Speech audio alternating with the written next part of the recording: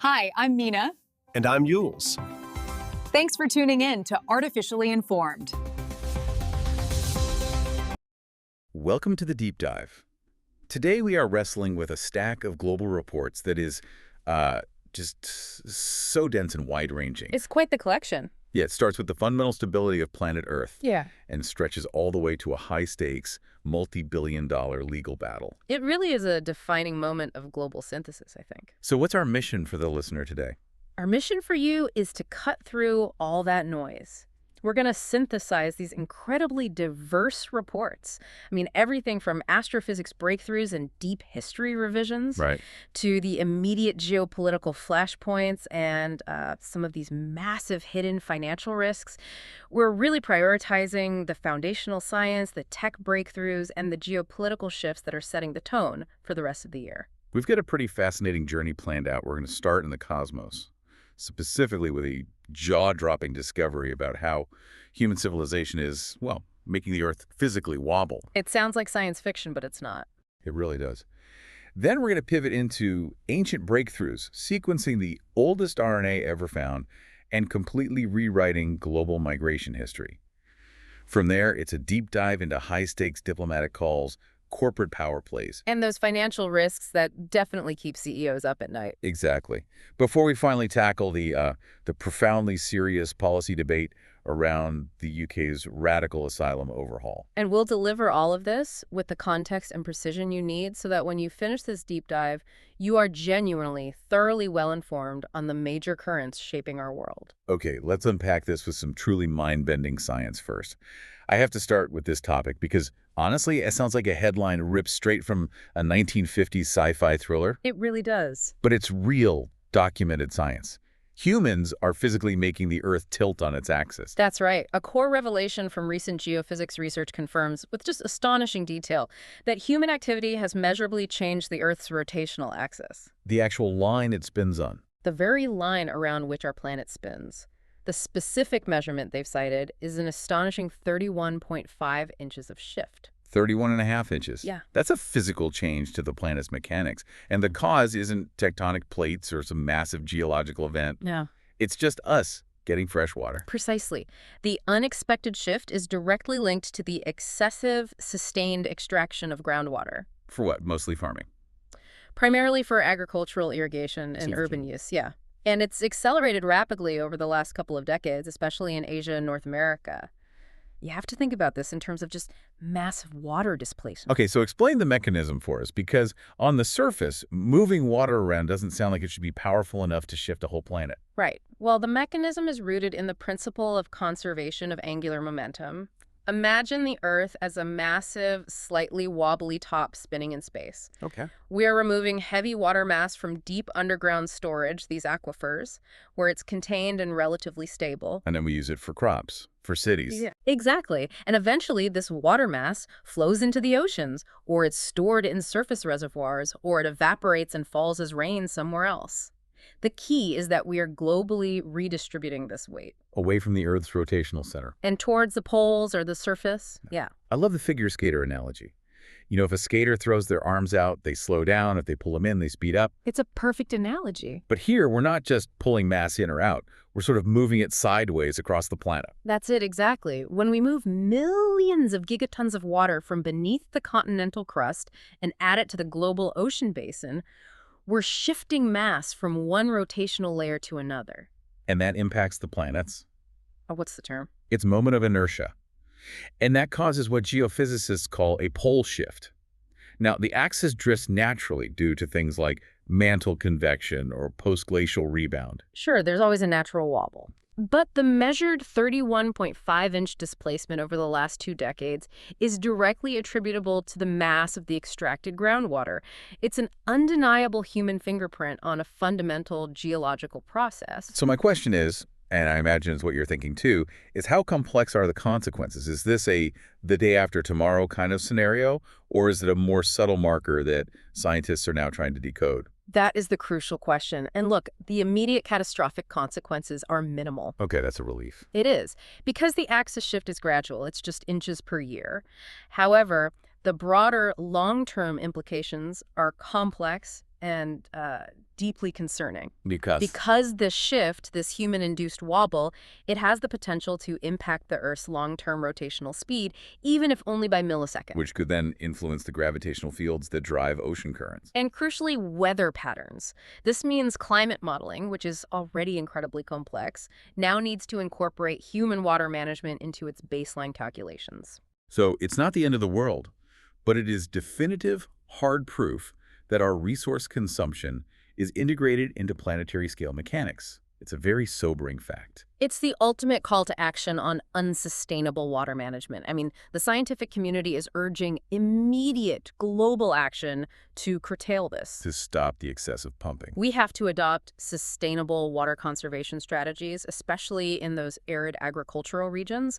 We need to recognize this isn't just a localized problem of a well-running dry. No, it's a systemic challenge. It's affecting the physical stability of our entire home planet. Speaking of sober facts and big science, let's pivot from the Earth's rotation to something ancient, really ancient, but equally focused on fundamental life processes. Yes, this moves us from macromechanics right down to micromechanics. We're talking about a breakthrough in paleogenetics involving a woolly mammoth. That's right. Scientists have successfully sequenced the oldest ribonucleic acid, or RNA, ever recovered. And this RNA came from a 40,000-year-old woolly mammoth named Yucca, who was preserved in the Siberian permafrost.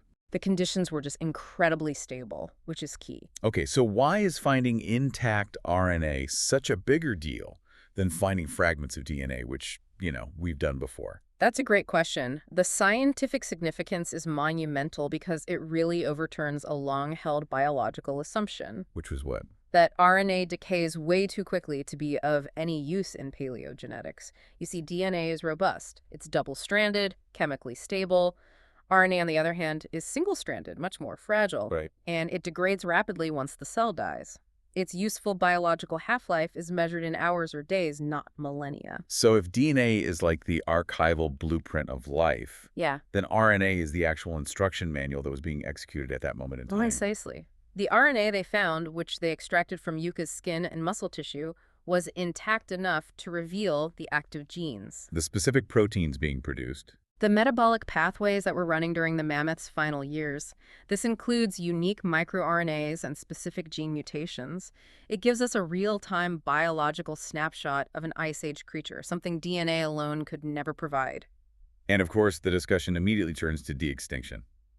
This changes the game, doesn't it? It definitely expands the potential viability of using ancient genetic material. I mean, de-extinction scientists now have a much richer, more functional data set to work with. They can better understand the traits that allowed the mammoth to survive in the Arctic. Exactly, which informs future attempts to potentially revive or create proxies of extinct species. It's a huge leap forward for deep time biology. That's an incredible step back into the deep past.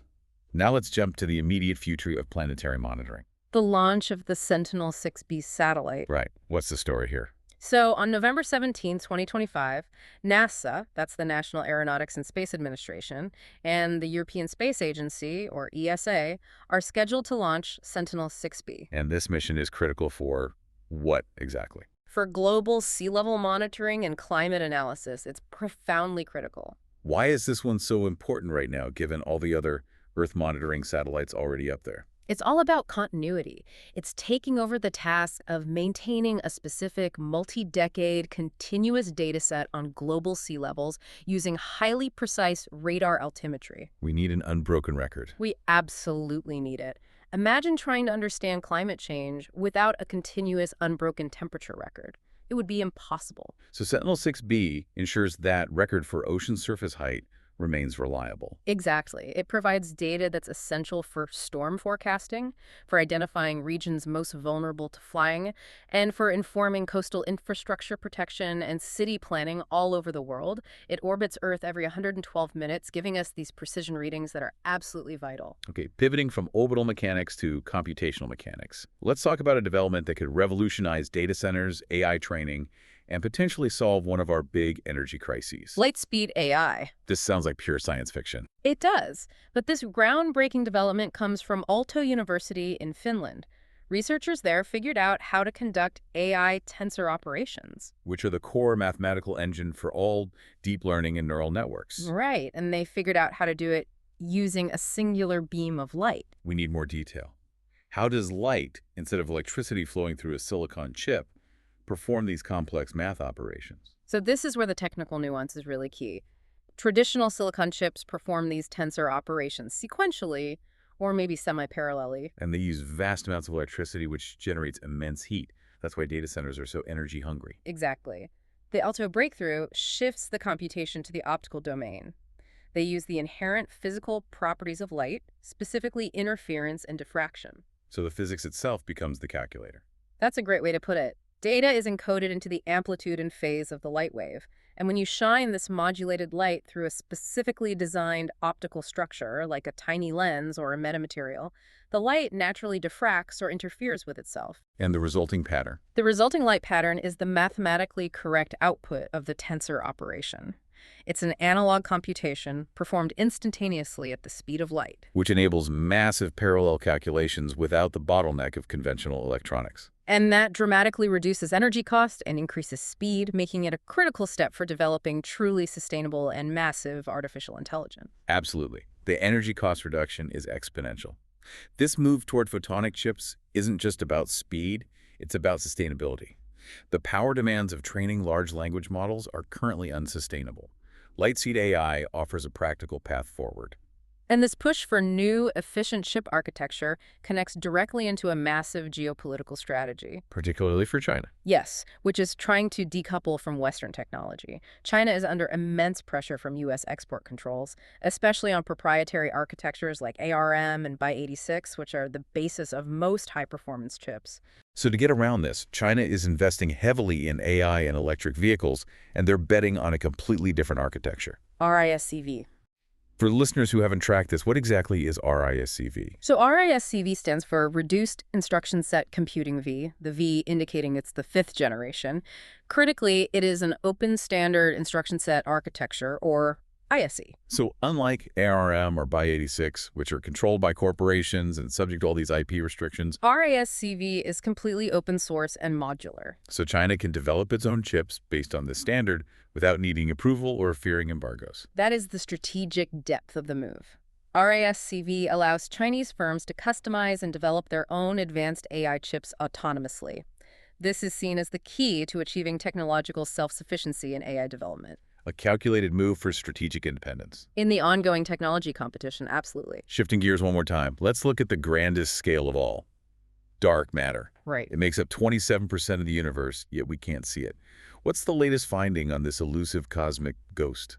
Well, the latest findings from astrophysicists are, surprisingly, suggesting that dark matter appears to behave just like ordinary matter. Really? How so? When it comes to gravity, at least, researchers analyzed how massive galaxies move through these vast cosmic gravity wells by studying gravitational lensing. And gravitational lensing is the process where immense gravity distorts the light from objects behind it. Allowing us to map the invisible mass. Precisely. So what did the patterns show? The patterns they observed, the systematic movement of these galaxies, imply that dark matter is following the rules of classical gravity without any observable weirdness or resistance that would suggest some kind of special interaction. So it confirms our current understanding of gravity on the largest scales. It does, but, and this is the fun part of astrophysics, it doesn't rule out everything else. Of course not. Not entirely. And this is where the nuance is. The research, while confirming this normalcy, doesn't entirely eliminate the possibility of an elusive, extremely weak, hidden fifth force. So if such a force exists, it must be so incredibly faint that it's escaped detection so far. Exactly. The search for this fifth force continues, often targeting interactions between dark matter and ordinary matter on much smaller scales. But for now, the takeaway is that dark matter is acting surprisingly normal in its gravitational behavior, despite being completely invisible. Let's pull the lens way back down to Earth and look at two stunning archaeological finds. These are forcing us to rethink historical timelines and trade routes, reminding us that history is constantly being revised. First, let's head to Sweden. So in Varberg, Sweden, an unexpected discovery occurred during the excavation for a major modern infrastructure project, the Varberg Tunnel Railway. A classic case of digging for the future and finding the past. Yes, construction workers uncovered a remarkable trove of 6 centuries-old shipwrecks, a significant maritime heritage site. 6 wrecks in one place. That's a virtual underwater museum. What can these wrecks tell us? Well, they span a considerable timeline, dating from the medieval era all the way through the 17th century. The ships include merchant vessels, known as cogs. The workhorses of the Hanseatic League, right? Yeah. Crucial for trade across the Baltic Sea. Exactly. And there are also likely military vessels in the mix. The preservation of the timber is offering invaluable, granular insights into construction techniques, trade networks, and naval history during those pivotal centuries of European maritime expansion. It's a huge windfall for marine archaeologists. It is, but it's also amazing how modern infrastructure development can suddenly expose such a rich chapter of the past. It creates this tension, And progress and preservation. Absolutely. Archaeologists now face the immense challenge of fully excavating, documenting, and preserving these fragile structures while the railway project continues. It's a real balancing act. Now let's shift continents to Southeast Asia. We're talking about findings here that utterly contradict the conventional timeline of early global human migration and seafaring. This is potentially history-changing stuff. The discovery involves stone tools across various sites in Southeast Asia that have been reliably dated back approximately 40,000 years. 40,000 years. And this is sophisticated evidence. We're talking well-made blades and scrapers. It suggests that advanced seafaring capabilities existed in this region millennia before previously known seafaring cultures, like the Polynesians or even the European explorers. 40,000 years ago. That is pushing the accepted timeline for deep ocean navigation back by tens of thousands of years. Absolutely. The presence of these tools on islands necessitates the use of complex watercraft. These had to be capable of crossing open sea gaps, not just river crossings or short hops between islands, you could say. Now, this evidence repositions Southeast Asia as a critical hub for early human innovation. It implies a more complex, earlier, and intricate web of human migration than we previously mapped out. It potentially confirms that these early pioneers successfully navigated long distances, leading their descendants to Australia and other distant lands much, much sooner than we previously thought. Okay, that wraps up our science and ancient history deep dive. We've gone from a wobbling Earth and mammoth RNA to lightspeed AI, dark matter, and 40,000-year-old boat builders. Pretty good run. Now let's pivot sharply to the messy, complicated world of geopolitics and financial power. Starting in the Middle East, we saw a critical phone call take place between Russian President Vladimir Putin and Israeli Prime Minister Benjamin Netanyahu. What were the discussion points? I mean, given their complex, often tense relationship, especially with Russia maintaining strong ties to Tehran and Damascus, these calls are always strategic chess moves. The focus was on three tightly interwoven points. First, they discussed regional stability, specifically addressing the Gaza ceasefire and the mechanics of the exchange of Israeli hostages and Palestinian prisoners. Okay. Second, and crucially for Israel, they addressed the concerning status of Iran's nuclear program. This dialogue really underscores the pivotal role Russia plays in influencing Middle Eastern affairs. They often act as a necessary, if uncomfortable, intermediary, don't they? They do, because of their relationships with all the major regional players. So Russia, despite being heavily focused on its conflict in Ukraine, uses its influence over proxies like Hezbollah and its presence in Syria to maintain leverage over Israel. Exactly. Israel needs Russia to exert a degree of control over the level of escalation from Iranian-backed groups on its northern border. And in exchange, Russia gains diplomatic relevance and maybe tacit acceptance of some of its other global maneuvers. And addressing Iran's nuclear program together is a mutual necessity. Neither Moscow nor Jerusalem wants a nuclear-armed Tehran, though for very different reasons. Moving to the conflict in Ukraine, we see this clear and persistent divide among Western policymakers about the path forward. A very deep divide. We have the pro-intervention stance, articulated by a prominent American military strategist, former CIA Central Intelligence Agency Director David Petraeus. Petraeus' argument is that there is a real opportunity for Western nations to double down and provide enhanced, overwhelming strategic military and economic support to Ukraine. His goal isn't just to hold the line, then. No. His goal is to enable Ukraine to crush Russia's war economy. What specific enhanced support is he talking about? Is it just more long-range missiles or something broader? He's arguing for a complete overhaul of Western assistance, providing longer-range weapons like 8 TACMS missiles and potentially F-16 fighter jets without the previous geographical restrictions. And on the economic side? More significantly, tightening the economic screws, targeting the shipping and insurance networks that allow Russia to bypass the oil price caps. His perspective prioritizes military victory and economic attrition as the only viable path. That vision contrasts dramatically with this skeptical, often obstructive stance coming out of Hungary. Yes, led by Prime Minister Viktor Orban. He remains a consistent vocal critic of the European Union's financial commitment to Kyiv. He does. He claims the EU has already spent a massive $185 billion, that's roughly $215 billion, supporting Ukraine. And he's arguing that this is detrimental to the bloc's own economic stability. That's his core argument. That and the belief that despite all the aid, Ukraine ultimately cannot win the conflict due to Russia's overwhelming size and industrial capacity. So Orban is advocating for peace negotiations now, essentially accepting that the current battlefield dynamics are irreversible. He is. He's pushing for an immediate ceasefire and a unified diplomatic approach, preferably led by the U.S., instead of prolonging the war. It really highlights the profound divisions within NATO and the EU on this. Finally, let's look at the intensifying situation in the Americas. Operation Southern Spear. An intensified U.S. naval operation off Venezuela's coast. And this is a substantial operation. It is. It involves a large naval presence, including about 12,000 personnel and major warships. The explicit U.S. goal is to intercept drug trafficking and combat narco-terrorists. But the scale of 12,000 personnel suggests more than just simple drug interdiction. What's the geopolitical controversy here? Well, Caracas views this as a direct threat to its national sovereignty, especially given the history of U.S. intervention in the region. And how has President Maduro's government responded? They've ramped up their military rhetoric and are conducting large-scale military drills of their own.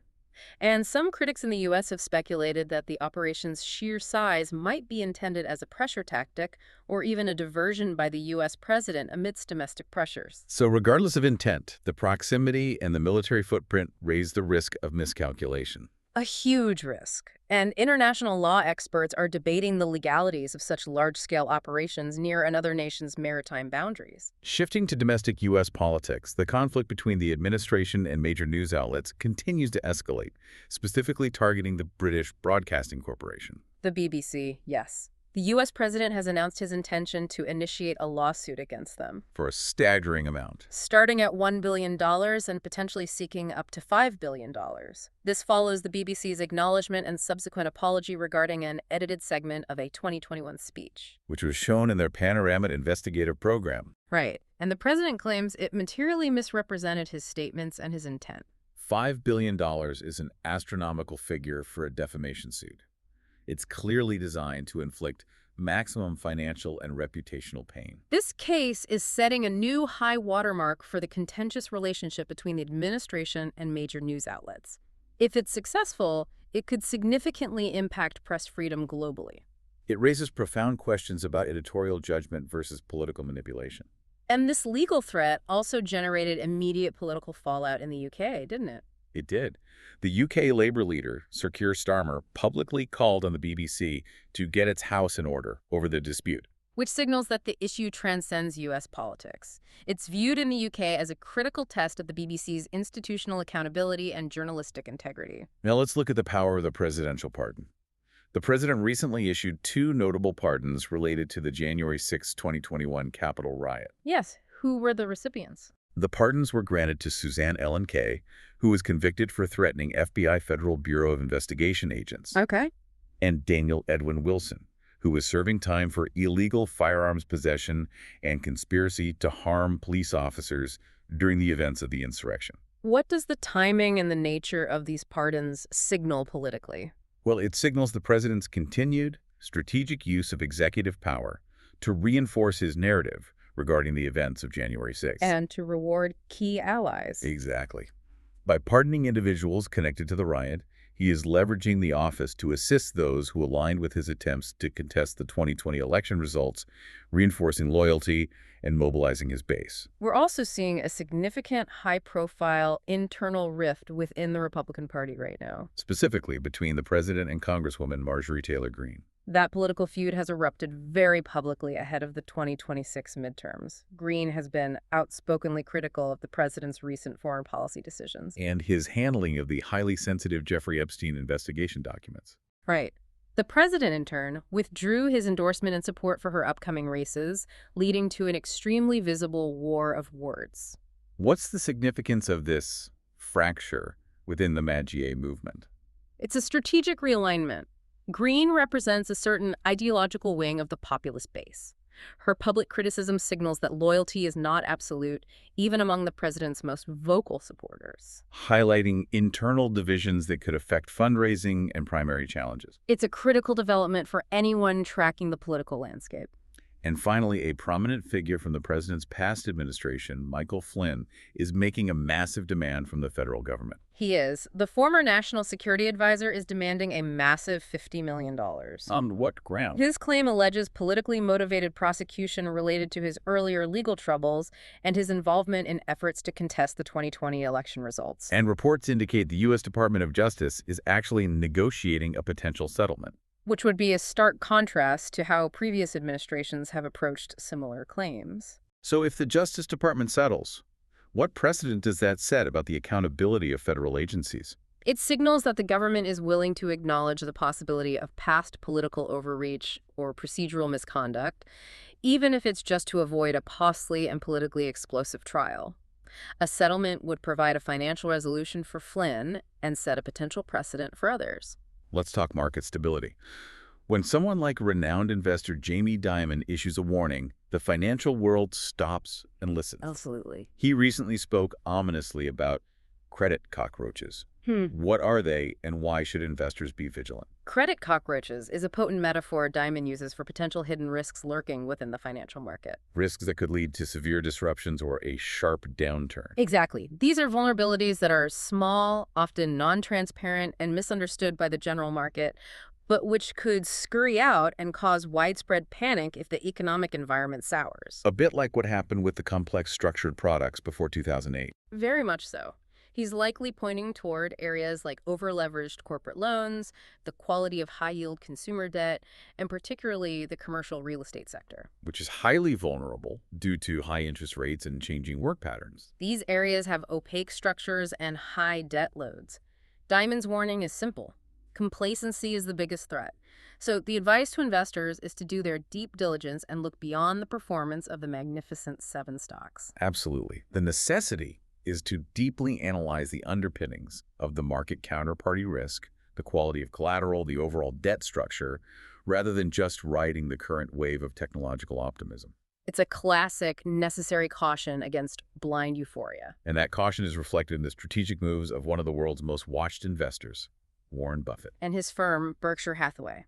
Buffett has continued his strategy of trimming Berkshire Hathaway's key stake in Apple, which is a significant strategic adjustment, while Apple is still a huge foundational holding for them. Reducing the stake signals diversification and an ongoing cautious assessment of the tech giant's value versus its growth potential in the current high-rate environment. It's almost a bearish signal on ultra-high growth stocks, which is especially interesting when you contrast it with the market's current favorite investments. The Magnificent Seven, yeah.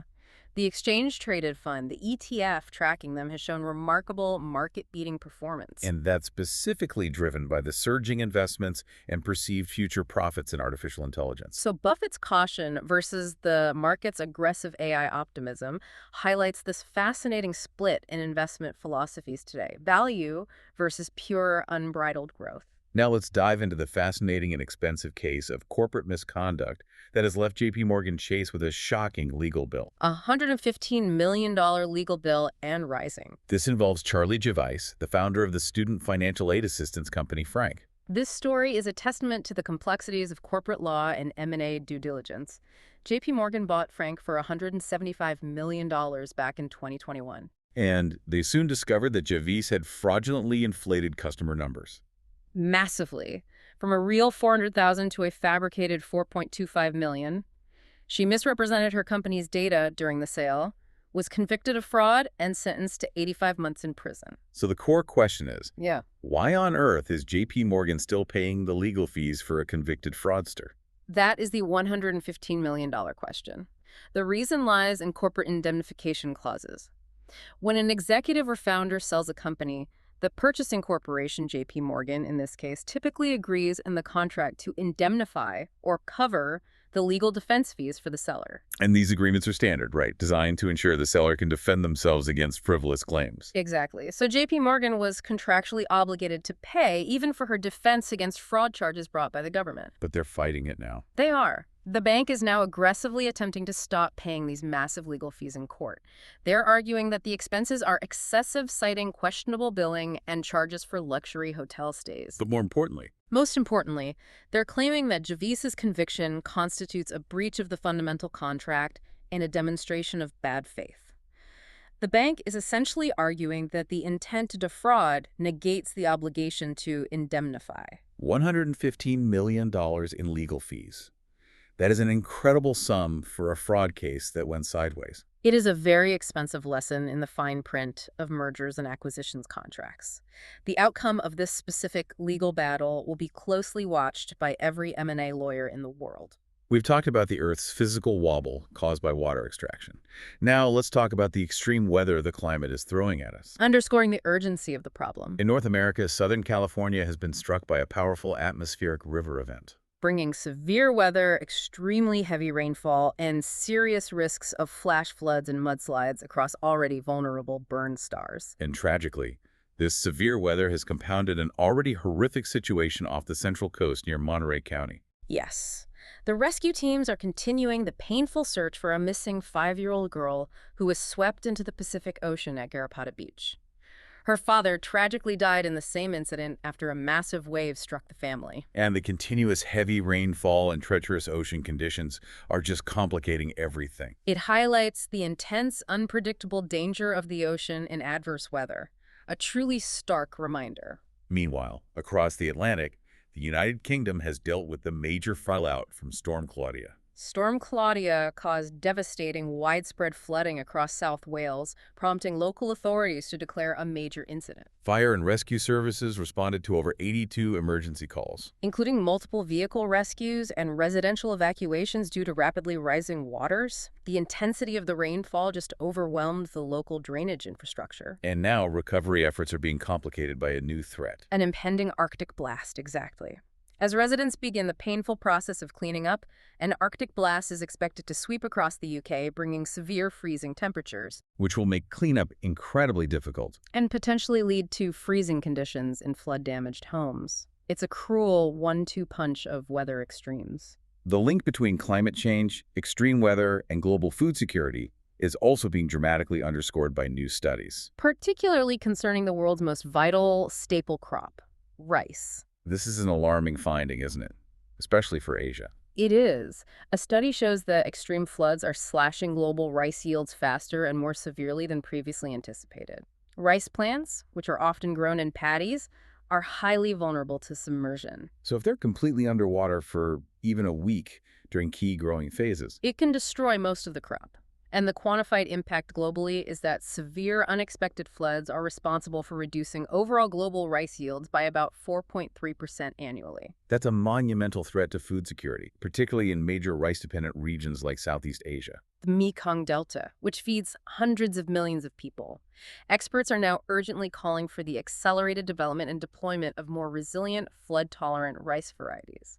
Scuba rice, I've heard it called. That's the one, to counteract this growing climate vulnerability.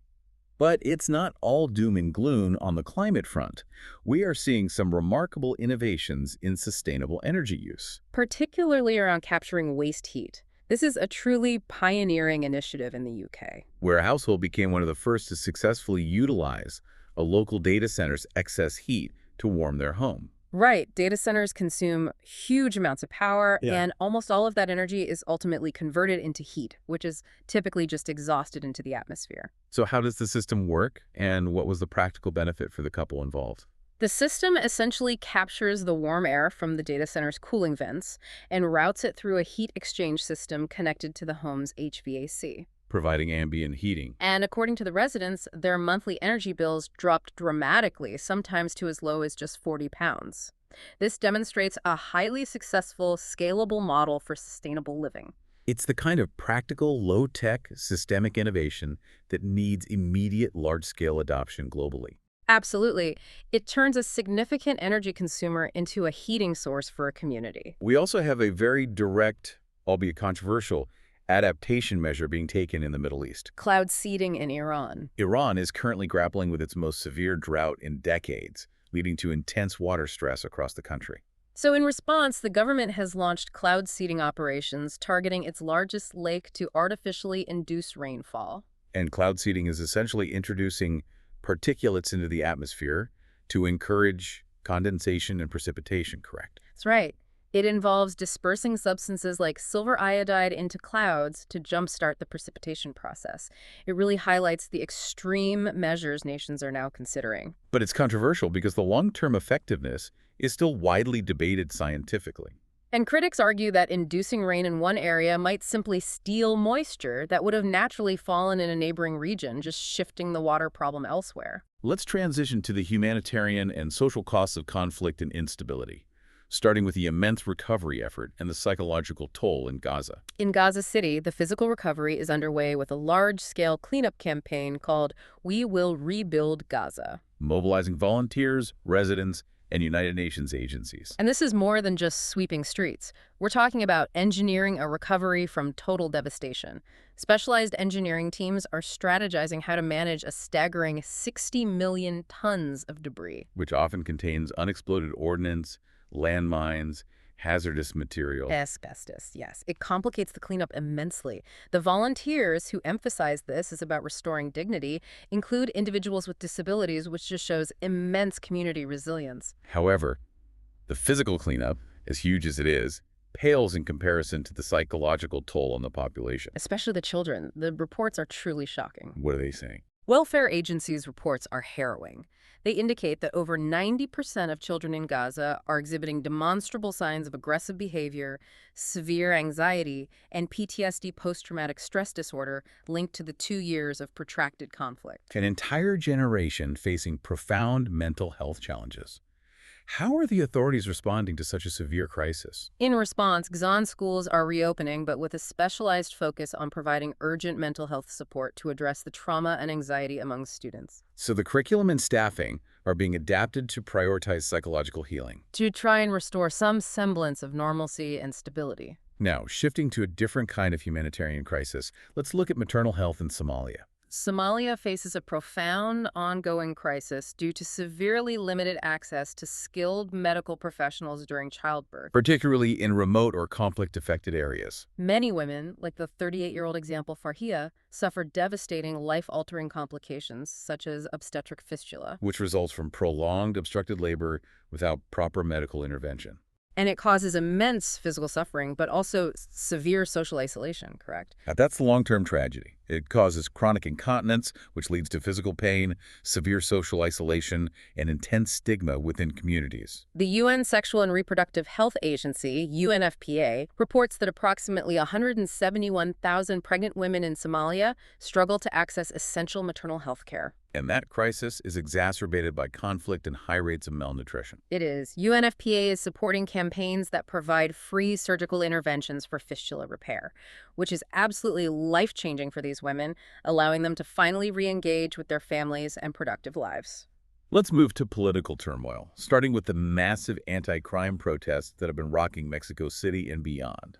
These nationwide protests were ignited by the shocking murder of anti-crime mayor Carlos Manso in Michoacan, which sparked national outrage over cartel violence and government impunity.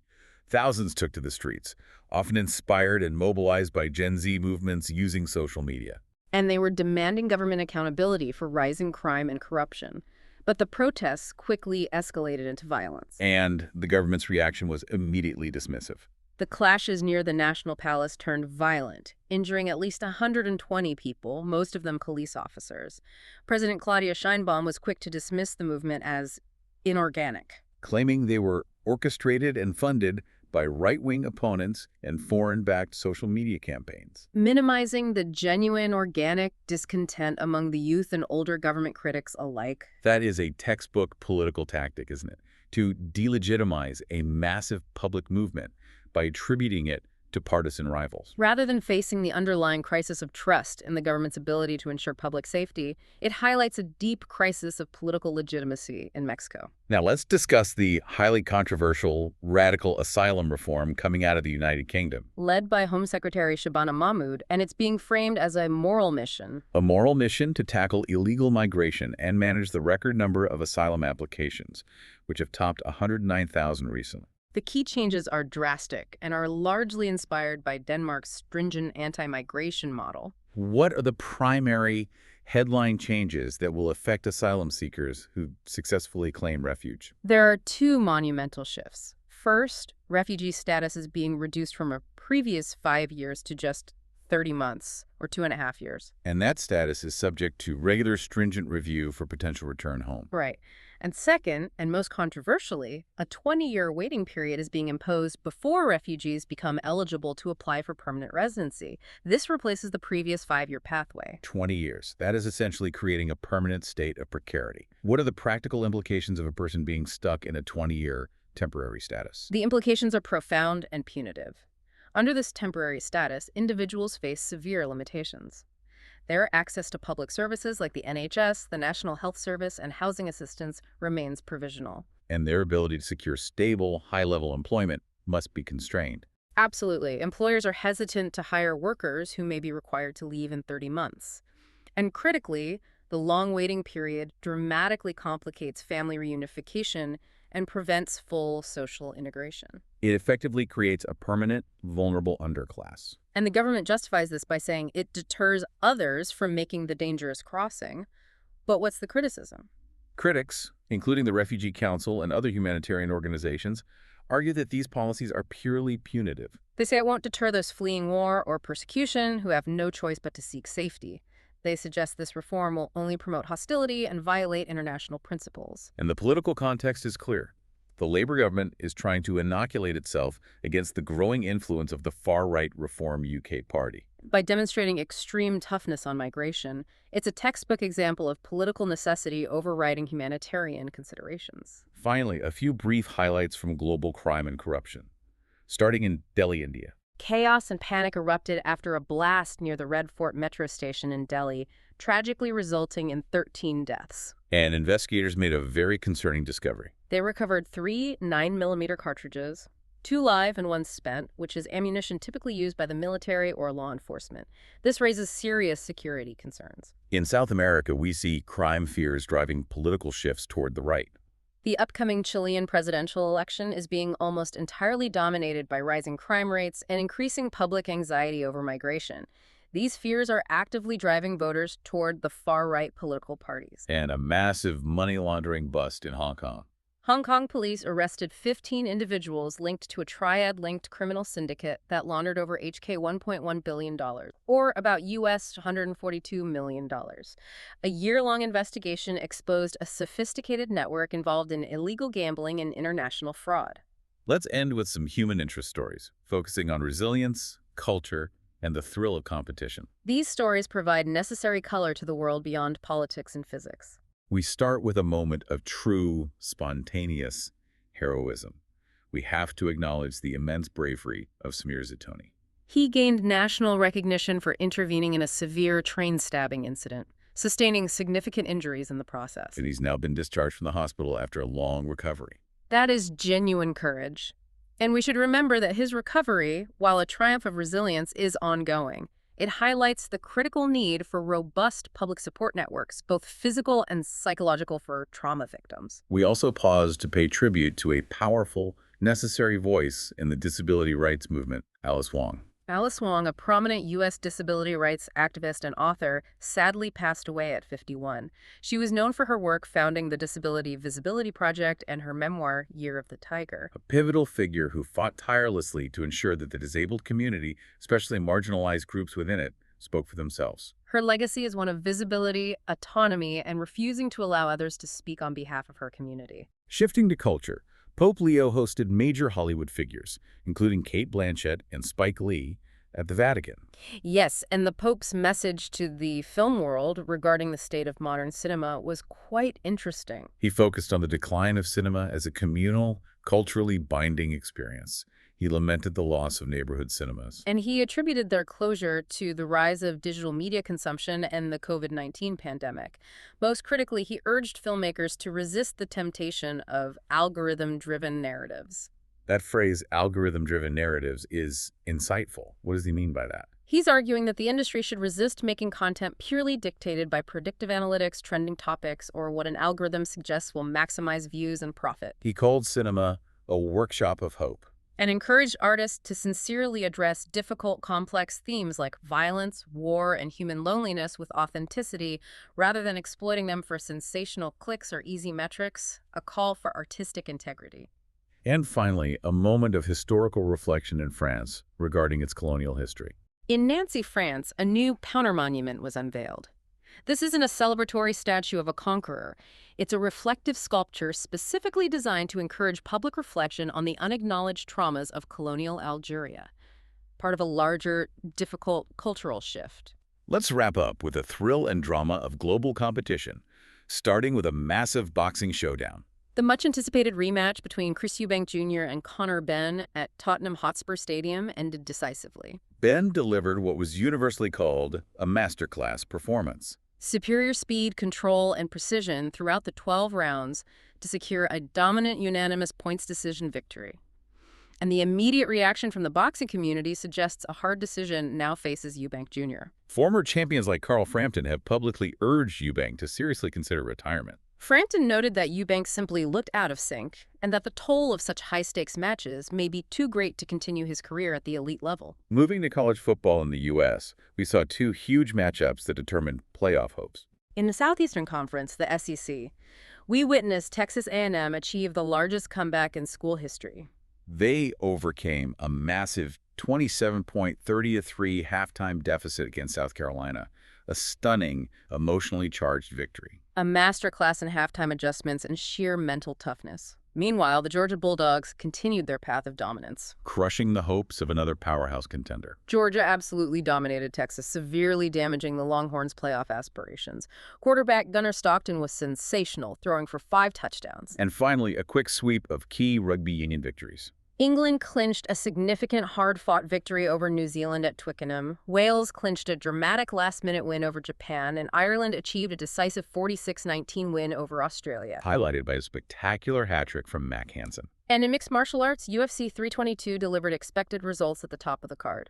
Islam Makhachev became a 2-weight champion, and Valentina Shevchenko successfully defended her flyweight title. We have covered a truly staggering amount of ground in this deep dive, from the physical reality of a wobbling Earth, To the technological promise of light-speed AI. to the $5 billion legal disputes of the present day.